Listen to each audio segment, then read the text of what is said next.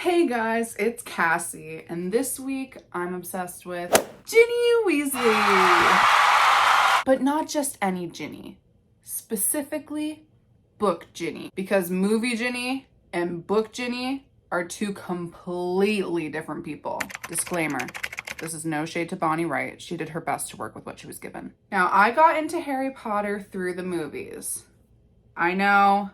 Unforgivable.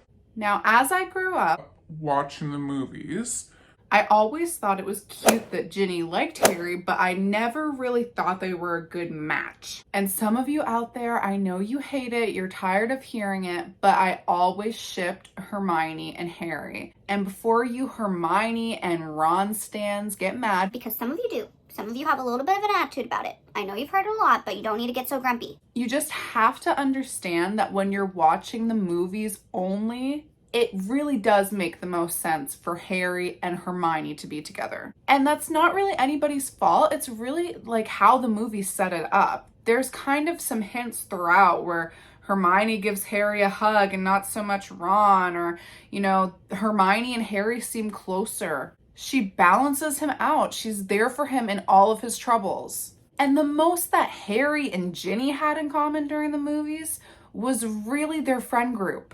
And yes, Ginny played Quidditch in the movies, but it didn't really dwell on that. You just kind of saw her flying around randomly. You didn't really know, was she really any good? This was the most we got from her. But then, when I read the books and I saw Ginny for what she was supposed to be, that's when I was like, okay, this is a completely different story. Ginny went from being like one of the characters I cared the least about to one of the characters that was my most favorite.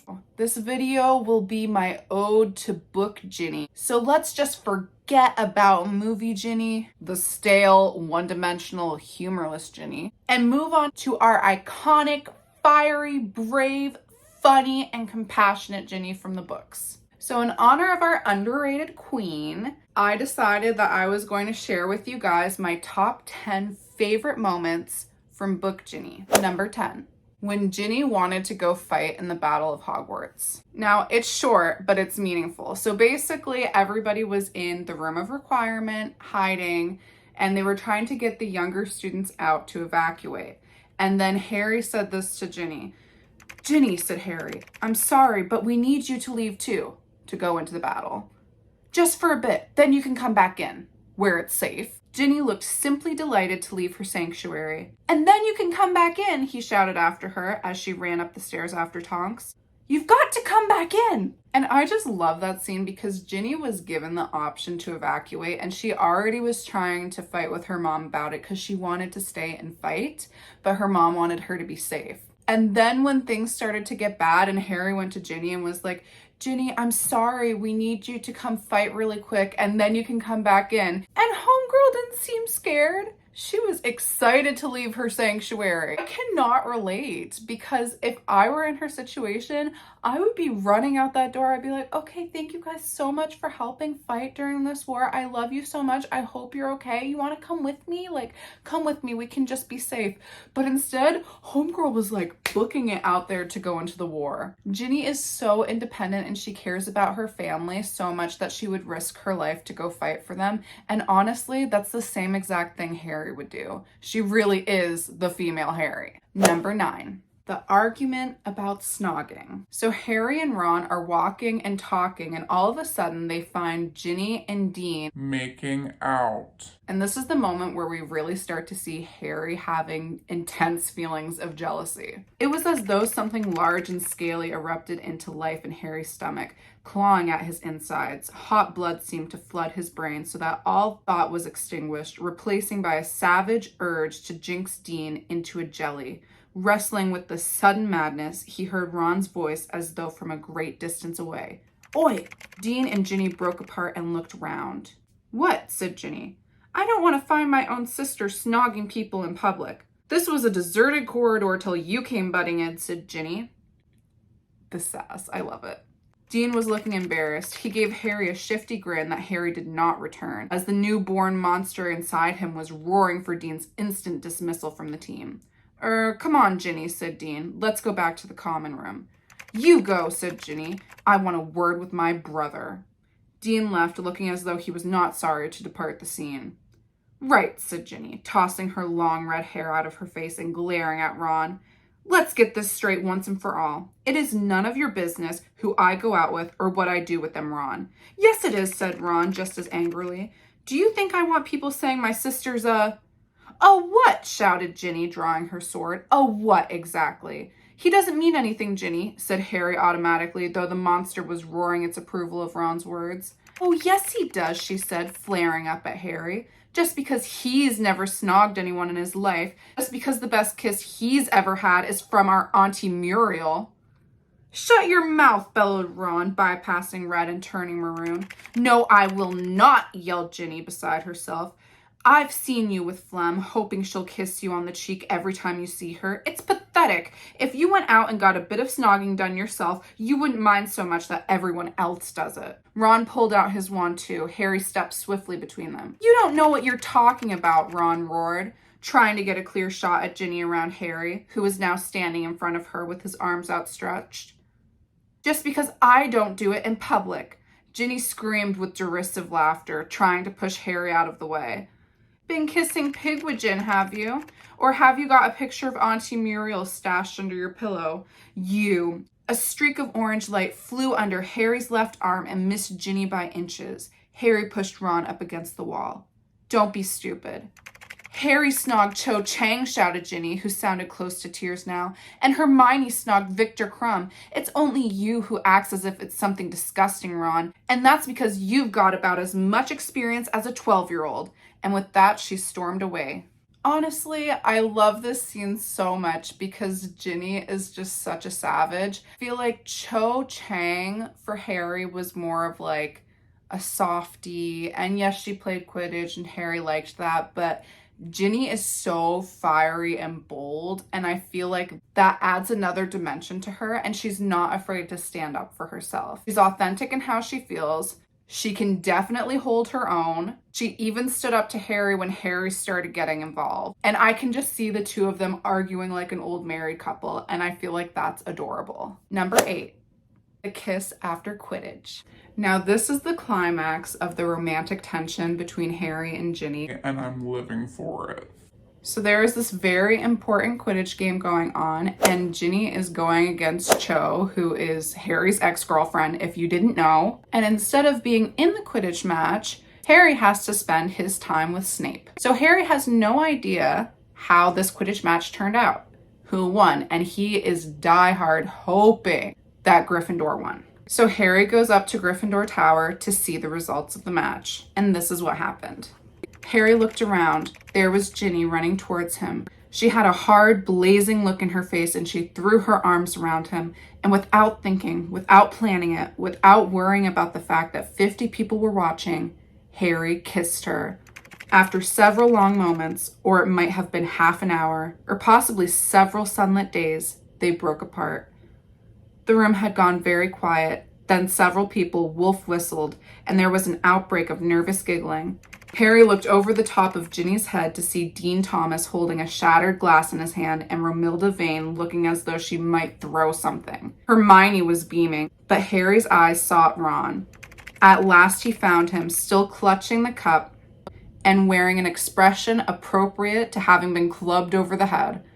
For a fraction of a second, they looked at each other. Then Ron gave a tiny jerk of the head that Harry understood to mean, well, if you must. The creature in his chest roaring in triumph, Harry grinned down at Ginny and gestured wordlessly out of the portrait hole. A long walk in the grounds seemed indicated, during which, if they had time, they might discuss the match. J.K. Rowling is just... she's brilliant. Throughout this whole book, Harry is worried what Ron's gonna think if he finds out he has feelings for his sister. He's wondering all this stuff about Ginny being with Dean Thomas, and then Romilda Vane has feelings for Harry. And then we see Hermione is starting to notice Harry having feelings for Ginny. And so the fact that all of this like comes together in this huge climax where Harry kisses Ginny in front of everybody. Gryffindor won, their exes were there, it was perfect, Ron supported everything, like it It literally sums it up so well, and Ginny went running for Harry. So it's like they both initiated the kiss, but Harry kissed her, which I think is so cute because he's been so nervous about it. And Ginny has liked Harry since, you know, she first met him. So I think it's fitting that he was the one to initiate it, and that after all of her time of chasing him before, he finally had come to his senses and realized, this is the girl for me.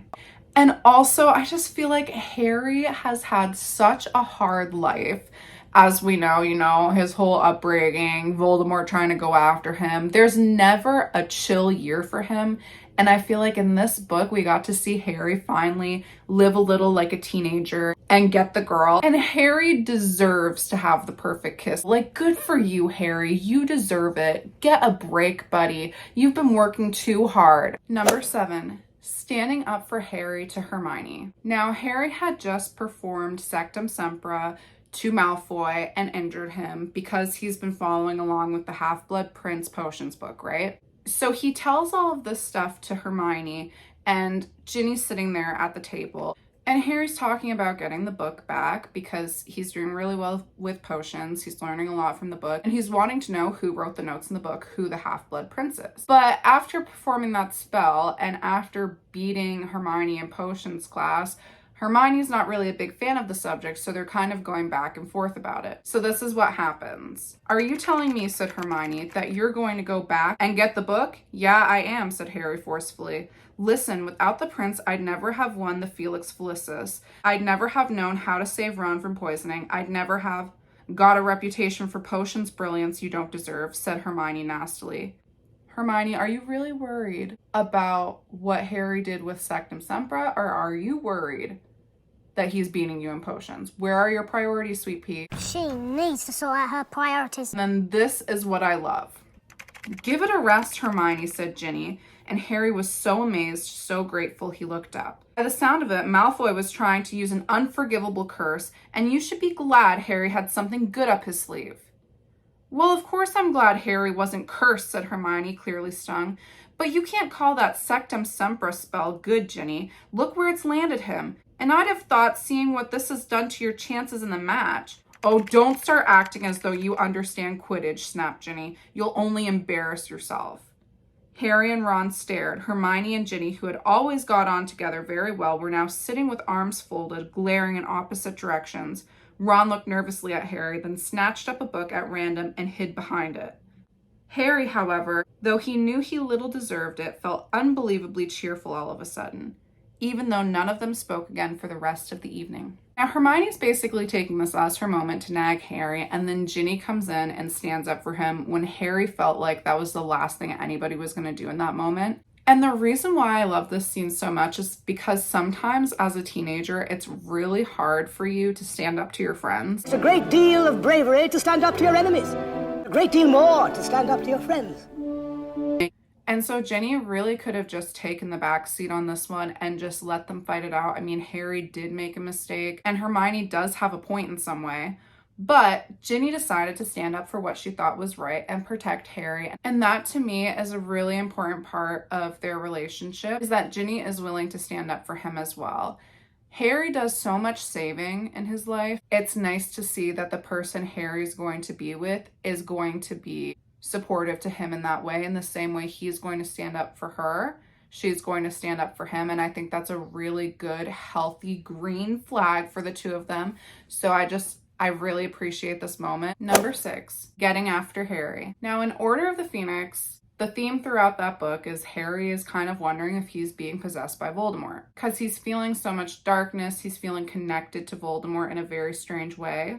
And he's acting out to like everybody around him, to Ron, Hermione. He's being very distant, very cold. And so one night they're all sitting down together, and Ginny finally stands up to Harry. And this is how it goes. "We wanted to talk to you, Harry," said Ginny. "But as you've been hiding ever since we got back, I didn't want anyone to talk to me," said Harry, who was feeling more and more nettled. "Well, that was a bit stupid of you," said Ginny angrily, "seeing as you don't know anyone but me who's been possessed by you-know-who, and I can tell you how it feels." Harry remained quiet, still as the impact of those words hit him. Then he turned on the spot to face her. "I forgot," he said. "Lucky you," said Ginny coolly. I'm sorry, Harry said, and he meant it. So do you think I'm being possessed then? Well, can you remember everything you've been doing? Ginny asked. Are there big blank periods where you don't know what you've been up to? Harry racked his brains. No, he said. Then you know who hasn't ever possessed you, said Ginny simply. When he did it to me, I couldn't remember what I'd been doing for hours at a time. I'd find myself somewhere and not know how I got there. Harry hardly dared believe her, yet his heart was lightening almost in spite of it. Harry has been dealing with being concerned about this whole possession thing throughout the entire book, and nobody has been able to calm him down. And in this moment, Ginny was really the only one who was able to, help Harry calm down a little bit. Ginny is able to speak to Harry firmly, and she's not a timid little thing like what she used to be. She now uses her voice, even to Harry. And this scene really shows the change that has happened with her throughout the book, the growth that she's had, because before she could barely even talk to Harry, and now here she is for the first time really speaking her mind to him and telling him how it is. But at the same time, she remains compassionate and understanding and listens to him. She doesn't storm off and get mad and not want to talk to him and be like, Actually, after how you treated me, now I don't want to talk to you. Like, she snaps at him to talk some sense into him. And then she's like, okay, let's talk about it. And then they talk about it and he's already feeling better. So I feel like this scene really just shows the growth in her. And it's what sets us up for what happens in the next book. Number 5, her broken ankle. Now, this is a really short scene, but to me, it spoke volumes about Ginny's personality. And she's giving such Ron vibes in this that I just love it. So they broke into the ministry, right? And they're having the fight with the Death Eaters. And during this, Ginny managed to break her ankle. And this is what happens. We've got to get out of here, said Harry firmly. Luna, can you help Ginny? Yes, said Luna, sticking her wand behind her ear for safekeeping, then putting an arm around Ginny's waist and pulling her up. It's only my ankle. I can do it myself, said Ginny impatiently. But next moment, she had collapsed sideways and grabbed Luna for support. Like I said, really short scene, but it just reminded me of Ron when Sirius bit his leg and he just still tried to stand up and protect Harry. It just shows how similar they are. Ginny really is a Weasley. And she really wants to help even if she's in pain. She's gonna try. Even with a broken ankle, she's gonna be like, oh, it's not a big deal. Let's just keep going.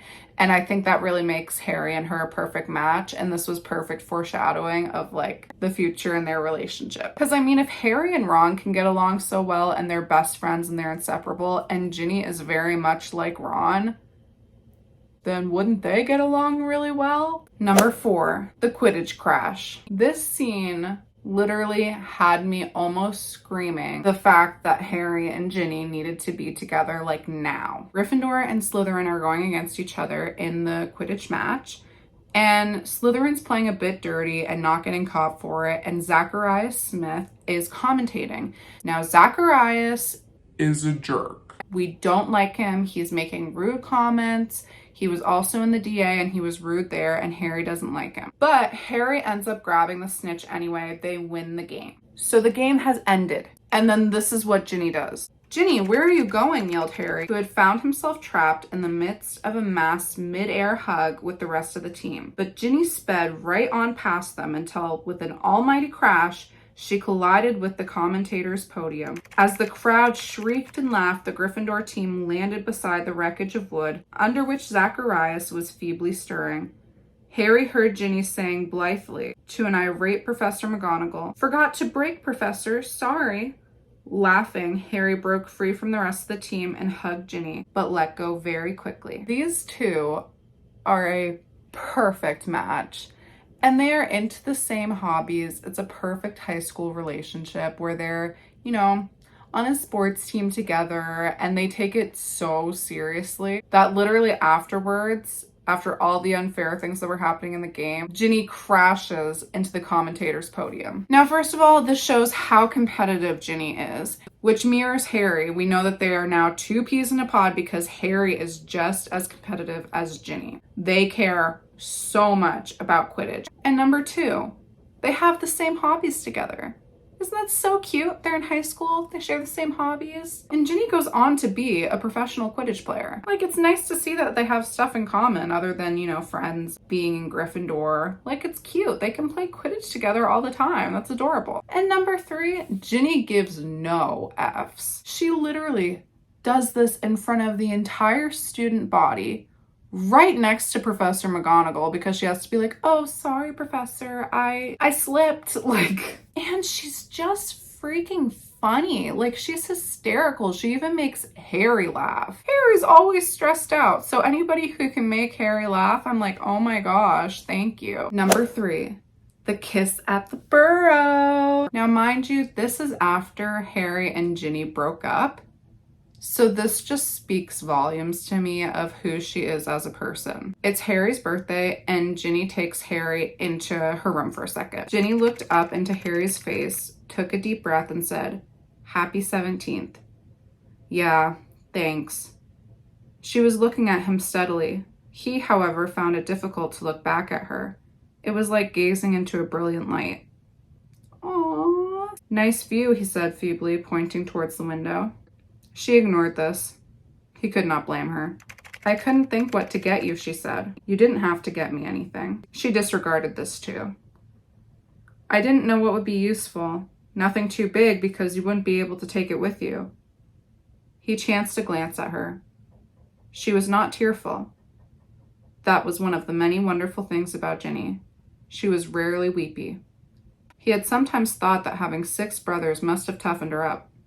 She took a step closer to him. "So then I thought, I'd like you to have something to remember me by. You know, if you meet some vila when you're off doing whatever you're doing. I think dating opportunities are going to be pretty thin on the ground, to be honest." "There's that silver lining I've been looking for," she whispered. And then she was kissing him as she had never kissed him before, and Harry was kissing her back, and it was blissful oblivion, better than fire whiskey. She was the only real thing in the world, Ginny. The feel of her, one hand on her back and one in her long, sweet-smelling hair. And then Ron ruins the moment and comes storming in and gets all sassy because he thinks Harry's leading Ginny on and giving her mixed signals and whatever. But before that all happened, it was a sweet moment. Thank you, Ron. There are so many things that I love about this scene. First of all, the vulnerability. Harry's already broken up with her, but she knows it's because of good, noble reasons. And instead of holding that against him and being petty, she decides that she's going to be vulnerable and she's going to give him a kiss before he goes. And she just has such understanding for him and his situation. And instead of weighing him down, which is kind of what Cho did, there's nothing against Cho because she really was traumatized, but Cho and Harry were not a very good fit. Harry had his own stuff that he was going through, and he couldn't really be weighed down by Cho. He needed somebody stronger who was going to be able to handle the fate that was ahead of him. Like, Harry already accepted the fact he had a hard life, and he needed somebody who was going to be supportive of that and strong, instead of somebody who is going to almost distract him or pull him down even more. And I feel like in this scene, it really shows how Harry valued that by saying she's not tearful, she's very strong. She still cares about Harry, she's still nurturing and respectful of him and still wanted to give him a kiss before he left. For her to do that after the breakup, I think speaks volumes. And then also it just shows how they are as a couple, how they're drawn to each other, and how, yes, they might have a lot of things in common, but there is a romantic chemistry between them, and I think it's super cute. Number 2. The breakup. It's kind of ironic that, like, one of my favorite moments for Ginny is actually during a breakup. Like, you think that that would be somebody's lowest point or like the worst moment for them, or like that was not a cute look. But literally, I almost made this one my favorite moment because Ginny is just such a boss and she is perfect for Harry. I don't know how many times I can say it, how many different ways. They are perfect for each other. They are everything. I love Ginny. We respect Ginny. She is the queen. She is everything. She is mother. So let's get into it. And I'll try not to cry. And mind you, this is after Dumbledore just died. They're at his funeral. Harry looked at Ginny, Ron, and Hermione. Ron's face was screwed up as though the sunlight was blinding him. Hermione's face was glazed with tears, but Ginny was no longer crying. She met Harry's gaze with the same hard, blazing look that he had seen when she hugged him after winning the Quidditch Cup in his absence. And he knew that at that moment they understood each other perfectly, and that when he told her what he was going to do now, she would not say, "Be careful," or "Don't do it," but accept his decision, because she would not have expected anything less of him. And so he steeled himself to say what he had known he must say ever since Dumbledore had died. "Ginny, listen," he said very quietly, as the buzz of conversation grew louder around them and the people began to get off their feet.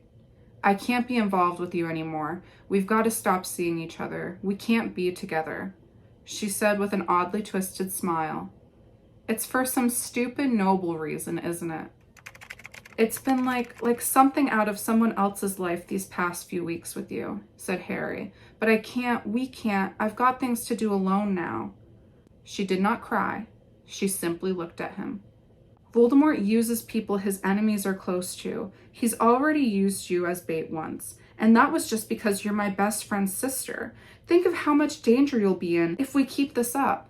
He'll know. He'll find out. He'll try and get to me through you." "What if I don't care?" said Ginny fiercely. "I care," said Harry. "How do you think I'd feel if this was your funeral and it was my fault?" She looked away from him over the lake. "I never really gave up on you," she said. "Not really. I always hoped. Hermione told me to get on with life, maybe go out with some other people, relax a bit around you, because I never used to be able to talk if you were in the room, remember? And she thought you might take a bit more notice if I were a bit more myself." "Smart girl, that Hermione," said Harry, trying to smile. "I wish I'd asked you sooner. We could have had ages, months, years maybe. But you've been too busy saving the wizarding world," said Ginny, half laughing. "Well, I can't say I'm surprised. I knew this would happen in the end. I knew you wouldn't be happy unless you were hunting Voldemort. Maybe that's why I liked you so much." Like, oh my gosh. This is just the most beautiful breakup I have ever seen. She is so understanding of him. She just completely gets where he's coming from. Like, she could have been like, "Oh my gosh, like, you're breaking up with me. How dare you? I never want to talk to you again." And instead, she assumed it was for some noble reason. Like, even in all of the sadness that she must feel, like, she was like, it's for some noble reason, isn't it? Now she still was like, what if I don't care if I get hurt? Which even that just shows like how much she cares about him. Like, she's willing to put herself out there to literally be in danger because she wants to be with him. Like, it's not because he's the chosen one.